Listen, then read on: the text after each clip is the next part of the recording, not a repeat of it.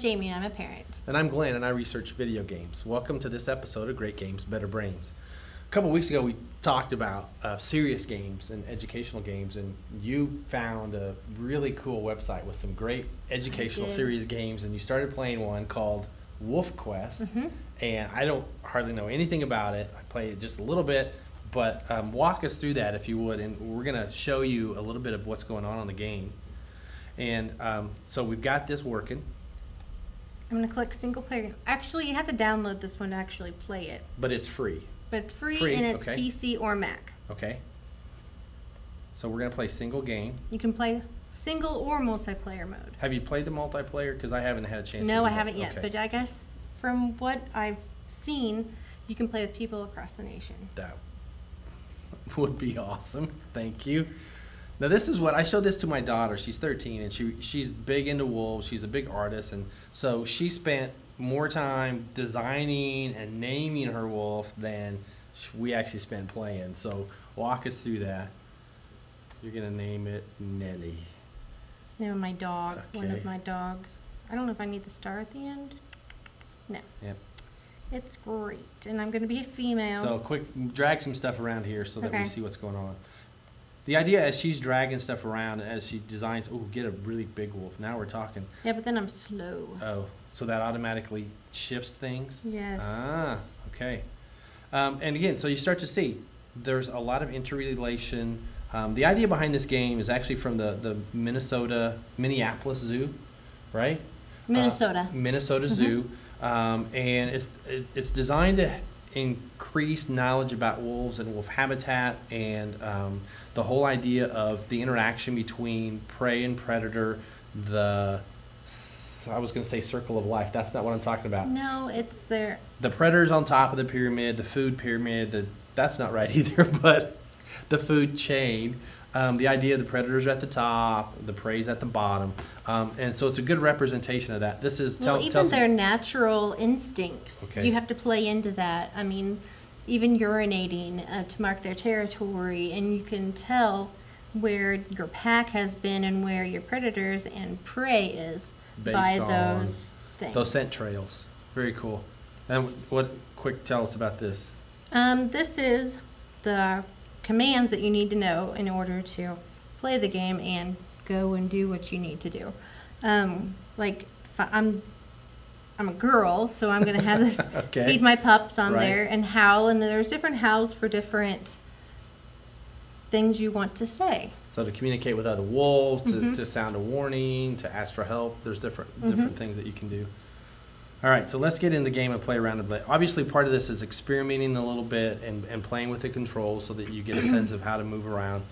And now you're zoomed in on your wolf. The nice thing about this, we talked a couple episodes ago about gaming vocabulary. This is, in some ways, we talked about a first-person shooter. This is, in some ways, a variation of a first-person shooter. In this angle, we're right behind the wolf, your wolf, but you can also set the camera to literally look through the eyes of the wolf. So again, a variation of a pretty common genre called first-person shooter. So we've got a rabbit, probably something that you want to see if you can catch.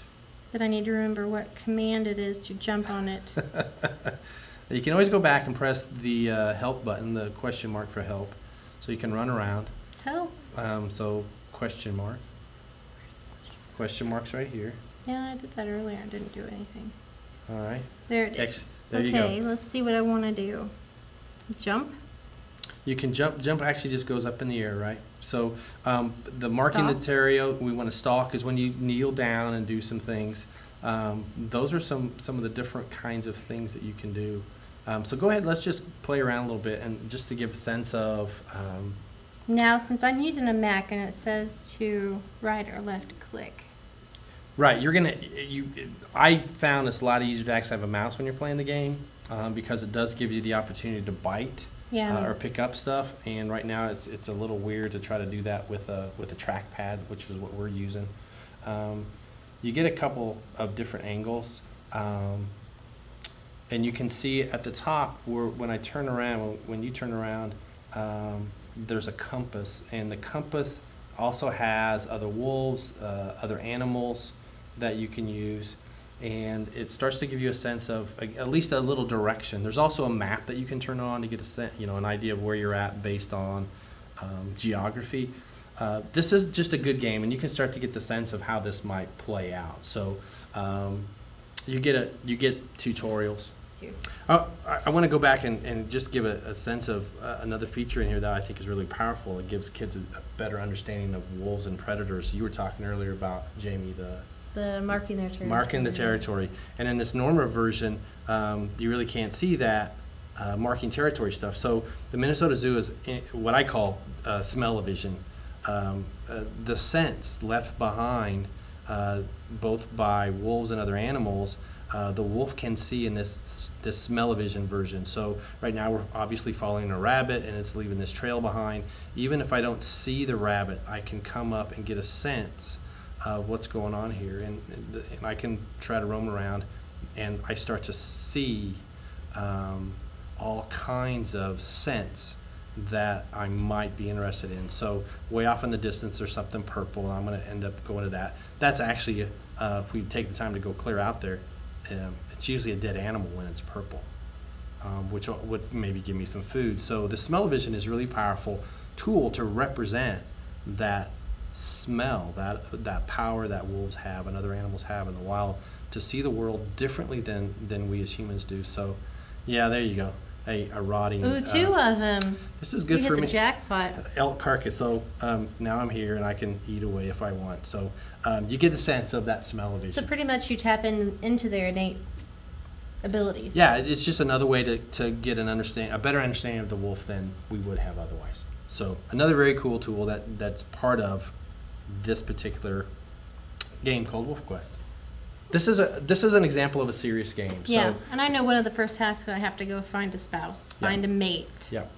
So there's lots of tools in here, lots of directions.